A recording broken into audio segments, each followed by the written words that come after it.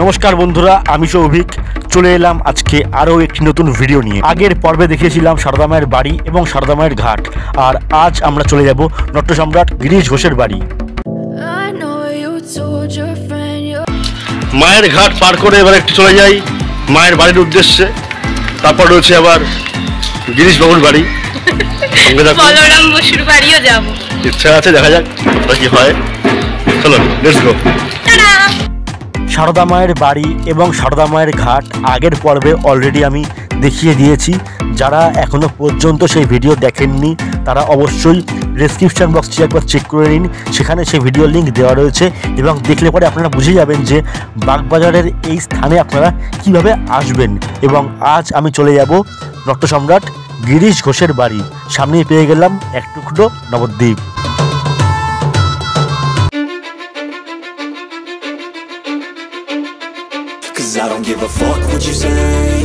চারিদিকে রাস্তা, মাঝে তার বাড়ি।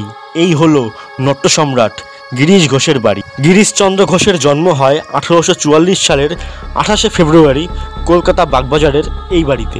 আমি মদ্যপ, মাতাল, চরিত্রহীন, তুমি আমায় 16 আনাই দাও ঠাকুর, এই কথা বলে হাউ হাউ করে কাঁদতে কাঁদতে শ্রী রামকৃষ্ণের চরণতলে লুটিয়ে পড়েছিলেন নাট্যকার অভিনেতা গিরিশচন্দ্র ঘোষ। 18 দশকের নাট্যকার তথা বাংলার থিয়েটার জগতের প্রাণপুরুষ ছিলেন গিরিশচন্দ্র ঘোষ। 1872 সালে তিনি প্রথম বাংলা পেশাদার নাট্য কোম্পানি ন্যাশনাল থিয়েটার প্রতিষ্ঠা করেন।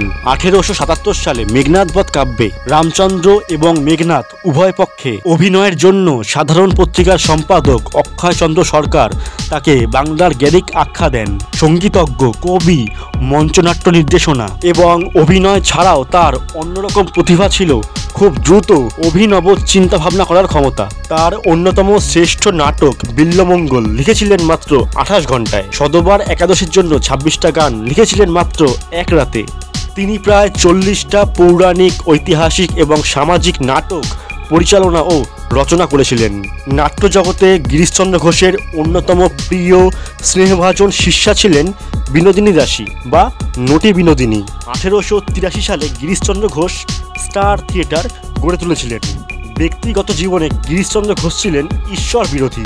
পারিবারিক জীবনে নানান ঘাত প্রতিঘাত, অনেকগুলি পরস্পর মৃত্যু সংবাদ, এইগুলোই তার ঈশ্বরের প্রতি বিশ্বাস হারানোর কারণ। সালটা ছিল 1884 আর দিনটা ছিল 20শে সেপ্টেম্বর। সেই দিন তিনি নটি বিনোদিনীকে নিয়ে স্টার থিয়েটারে চৈতন্যলীলা নাটকটি মঞ্চস্থ করেন এবং সেই নাটক দেখতে এসেছিলেন স্বয়ং রামকৃষ্ণ পরমহংসদেব।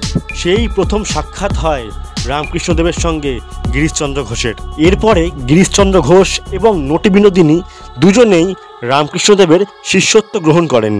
গিরিশচন্দ্র ঘোষের সম্পাদিত নাটকগুলির মধ্যে অন্যতম পৌরাণিক নাটক রাবণবধ, অভিমন্যুবধ, সীতার বনবাস ইত্যাদি এবং চরিত্রভিত্তিক নাটকগুলির মধ্যে রয়েছে চৈতন্যলীলা, বিল্বমঙ্গল ঠাকুর এবং শঙ্করাচার্য।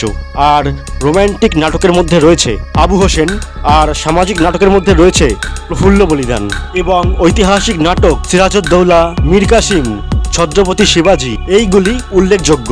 1912 সালের 8ই ফেব্রুয়ারি এই মহান নাট্যকার, নির্দেশক ও অভিনেতা কলকাতার বুকে শেষ নিঃশ্বাস ত্যাগ করেন। এই ছিল নট্য সম্রাট গিরিশচন্দ্র ঘোষের অবদান এবং জীবনী। এর পরের পর্বে রয়েছে বলরাম বসু, যিনি কিনা রামকৃষ্ণদেবের প্রধান গৃহী ভক্তদের মধ্যে একজন অন্যতম। তার বাড়ি এবং সমস্ত বিবরণ নিয়ে এর পরের পর্বে আবার আসছি। ভিডিওটি কেমন লাগলো লাইক কমেন্টস করে জানিয়ে দেবেন। আর যদি এখনও চ্যানেলটি সাবস্ক্রাইব না করে থাকেন তাহলে অবশ্যই চ্যানেলটি সাবস্ক্রাইব করে পাশে থাকবেন। তাহলে আজকের মতন এখানেই টাটা।